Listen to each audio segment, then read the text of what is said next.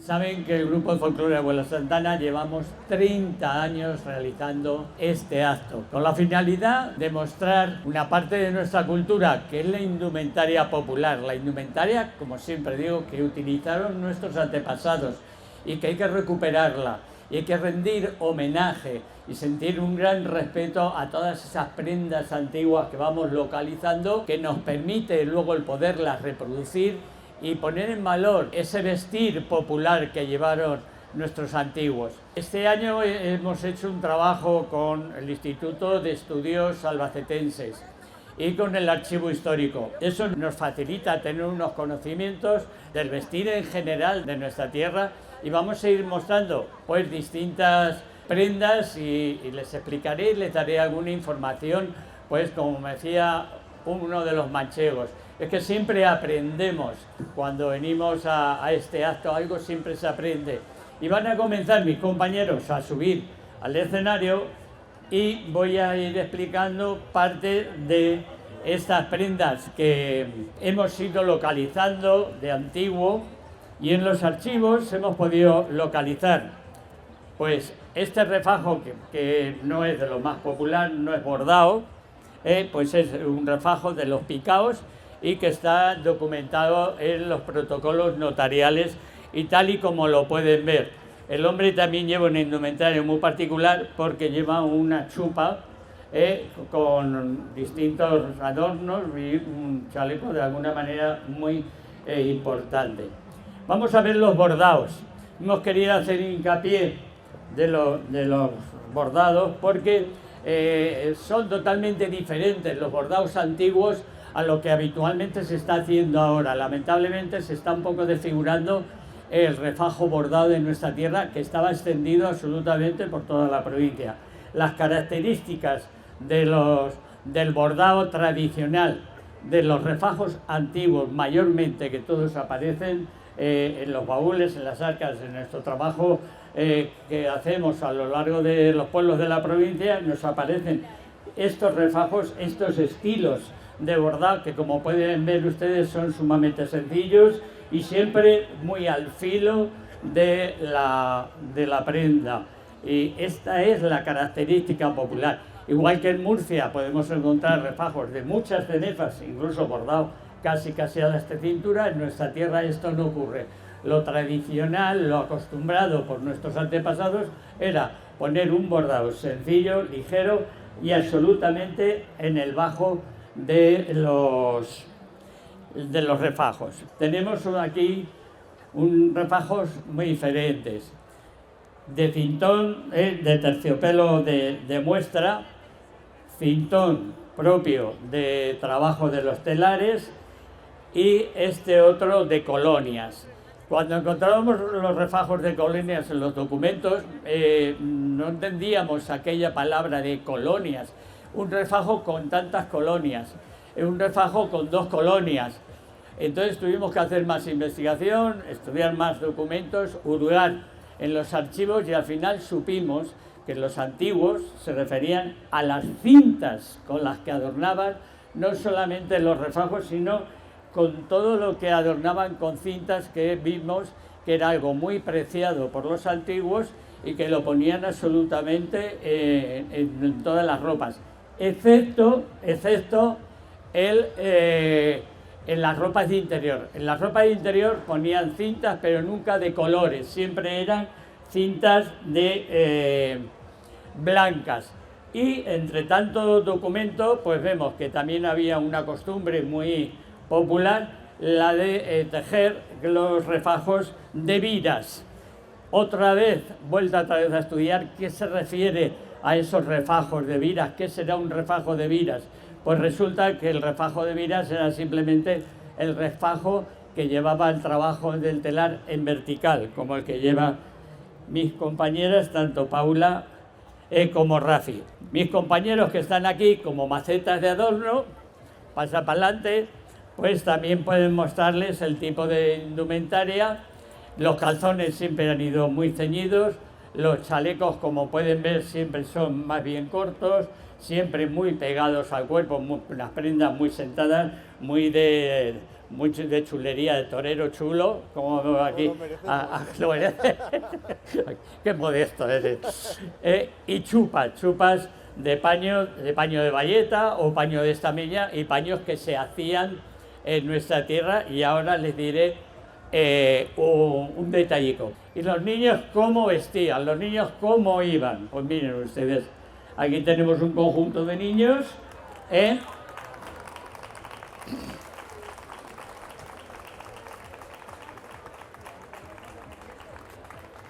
y como verán es una indumentaria muy diversa. ¿Y en qué momento? Bueno, pues resulta que a los niños se les vestía ya como adultos desde el momento que empezaban a ser independientes, en el momento que ya andaban solos, que ya iban y venían por el pueblo, por la aldea, y que no dependían de nadie, que se les quitaba pues las prendas y las ropas propias de bebés. Aquí tenemos un manojo de niños y niñas que llevan diferentes atuendos, pero que también son la reproducción de otras prendas antiguas localizadas propias de estos chavalines. Y Saúl cambia. Saúl y Noé han cambiado un tanto porque ya han adaptado en su vestir pues unas prendas más ya de, como decimos, del 19, en el que ya ha empezado a aparecer el calzón largo, porque se ha empezado a perder el uso del calzón corto.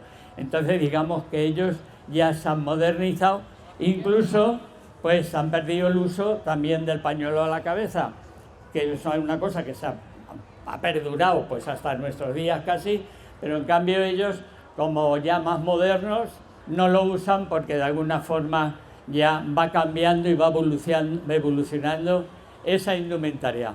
Pues les tengo que decir que hasta este momento, viendo las prendas que les he enseñado y estudiando esos documentos y esa información que nos brindaban y que nos era un tanto desconocida, pudimos ver que hablaba de guardapiés y no entendíamos tampoco mucho qué era aquello de guardapiés o zagalejo. Entonces, vuelta otra vez a estudiar documentos, a estudiar material que nos daba toda clase de información. Y bueno, pues tenemos que comunicarles que el refajo hasta el 1870-74, esta prenda se le conocía como guardapiés, no como refajo. A partir de esa fecha es cuando empiezan en los documentos a aparecer la palabra refajo. Para mí yo diría que sería una palabra ya moderna. La palabra guardapiés se ha conservado mucho en Murcia, en Valencia, pero en cambio pues en La Mancha desaparece, era prácticamente desconocida para nosotros esa forma de expresar sobre el refajo y nombrarlo guardapiés. Así pues, aquí tenemos refajos de nuestra tierra, tejidos en distintos telares, no solamente en nuestros pueblos. Tenemos en el chalet Fontecha, donde está la sede ahora del Instituto de Estudios Albacetenses, una exposición de una colección de refajos que hemos recogido a lo largo de los pueblos de nuestra provincia y que los hemos documentado, y que si quieren ustedes saber como más detalles, conocer más y ver la diversidad de refajos que hay, yo les aconsejo que pasen por allí en estos días de feria y pueden contemplar toda esa colección de refajos antiguos. Todos son antiguos, todos los refajos los hemos puesto para que vean la diversidad y el trabajo. No todos los refajos serán iguales, unos serán de lana, otros están hechos en estambre y los trabajos son muy distintos. Cada tejedor tenía una costumbre y una manera de tejer sus lanas y se nota perfectamente a qué zonas pertenecen. Junto a estas mujeres tenemos aquí más hombres que también siguen mostrando su indumentaria. Como verán, es una indumentaria propia, final del siglo XVIII, principios del XIX, según el padrón del 4 de abril de 1872, había en Albacete telares, tejedores. Blas Iniesta tenía su taller en la calle Padre Romano 40.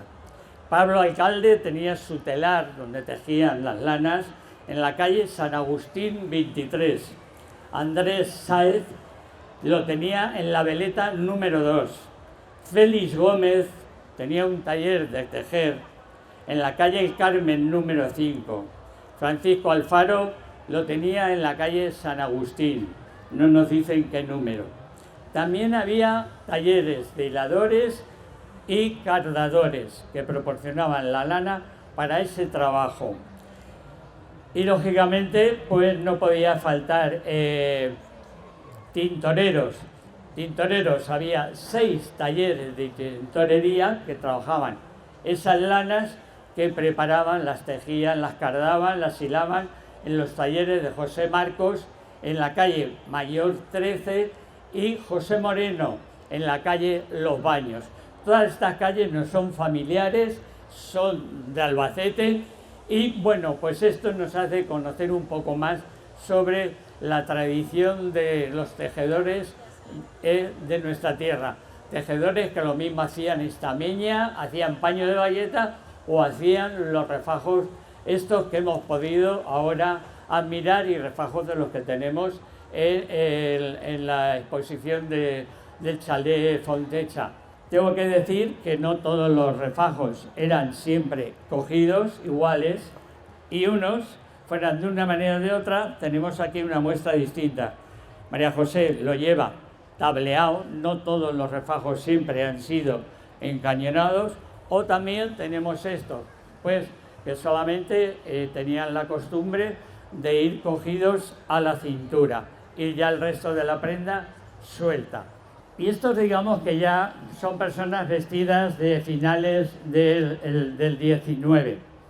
Los refajos era una prenda habitual de poner porque se tenían que vestir las mujeres y lo llevaban. Había refajos de diario, había refajos más propios para la fiesta, para los actos de iglesia. Entonces el refajo en sí se puede decir que siempre lo llevaban puesto, pero llega un momento en que el refajo digamos que pierde su protagonismo. Por lo tanto, ¿qué es lo que ocurre? No se va a despreciar, la mujer no va a perder la costumbre de vestirse como le han enseñado siempre sus abuelas y por lo tanto el refajo lo siguen utilizando. Viene el día de fiesta que lo llevan, pero cubren la cabeza con la mantellina, en este caso con la mantellina de cintón, de cintón porque lleva una pieza tremenda de terciopelo, es una prenda antigua, lleva aquí una bolita que apenas se aprecia, eso se llama tufa y es lo que a la mujer le marcaba el centro de la mantellina para que pueda salir a los actos de iglesia adecuadamente vestida y lleva su refajo de fiesta. Este refajo concretamente es una reproducción de un refajo localizado, es de Valdeganga. ¿Y dónde está el refajo de estas mujeres? Pues lo llevan su refajo puesto. No perdieron nunca la costumbre y el uso de poner el refajo y por lo tanto si le levantamos la saya resulta que el refajo, en este caso de paño de estameña liso, lo llevan debajo de la saya. Y Pilar pues lo lleva debajo de la vasquiña. La vasquiña era una prenda reservada para momentos muy importantes, para momentos de fiesta, para los actos de iglesia, que eran los actos quizás más importantes que podían tener en el pueblo y por lo tanto todas las mujeres tenían estas vaquiñas sumamente sencillas y debajo conservan el uso del refajo. Este refajo es de los estampados, pero que también los encontramos en rojo y en amarillo normalmente. Debía ser una costumbre que tenían siempre de hacerlos en esas tonalidades, en paños amarillos, rojo, en algún caso lo menos en verde, el estampado siempre en negro, y resultó que viendo que era un refajo tan vistoso, tan llamativo, tan alegre, que con el tiempo pues también terminó siendo una prenda de exterior y que en vez de llevarlo oculto debajo de las sayas, pues en momentos de fiesta optaron por lucirlo y sacarlo a la vista pues en días de fiesta y poder ir elegantes. Y tenemos a don Manuel que va al estilo de finales ya del siglo XVIII, a mediados del siglo XIX, y hay un detalle. Mi interés era que le vieran los bajos. Lleva los calzones purgueros. Esto era una prenda indispensable en el vestir.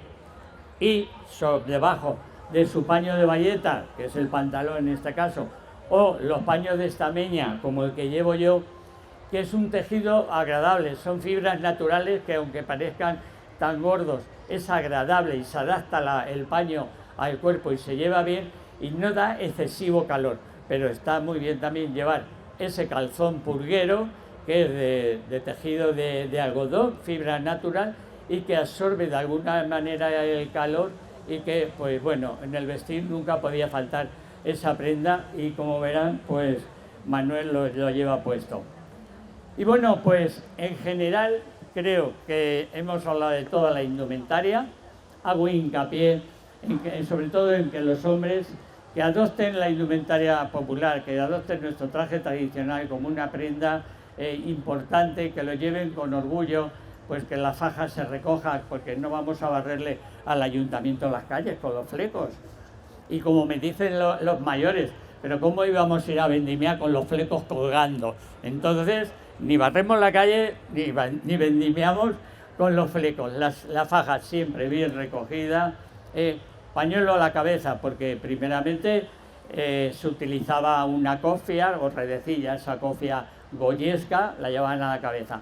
Hubo una orden real en que obligó a rapar la cabeza por higiene, por epidemias que había, y entonces los hombres que no tenían costumbre de cortar el pelo tuvieron que rapar la cabeza. Se encontraban extraños y no había una costumbre, entonces obligaba al uso de algo, por lo tanto prohibido llevar esa cofia, pues adoptaron por poner el pañuelo a la cabeza, y eso es algo que ha llegado hasta nuestros días y es una forma de vestirnos. Y por suerte llevamos un par de años que en el día de la cabalgata, el día de la ofrenda, que es cuando más gente se suele ataviar, muchos hombres llevan muy correctamente puestos su pañuelo a la cabeza.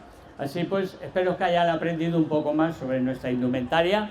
Hay que rendirle mucho respeto, llevarla con mucho orgullo y llevarla sobre todo, sea un traje más sencillo, menos sencillo, más rico, más pobre, pero llevarlo bien puesto, llevarlo con orgullo y copiar de otras regiones que el vestirse con su traje tradicional es lo más. Pues tenemos que conseguir que en Albacete también se consiga eso y que desaparezcan los disfraces y los atuendos que no son nada, y que cuando nos vistamos en estos días de feria vayamos realmente enriqueciendo nuestra tradición. Muchas gracias por acompañarnos.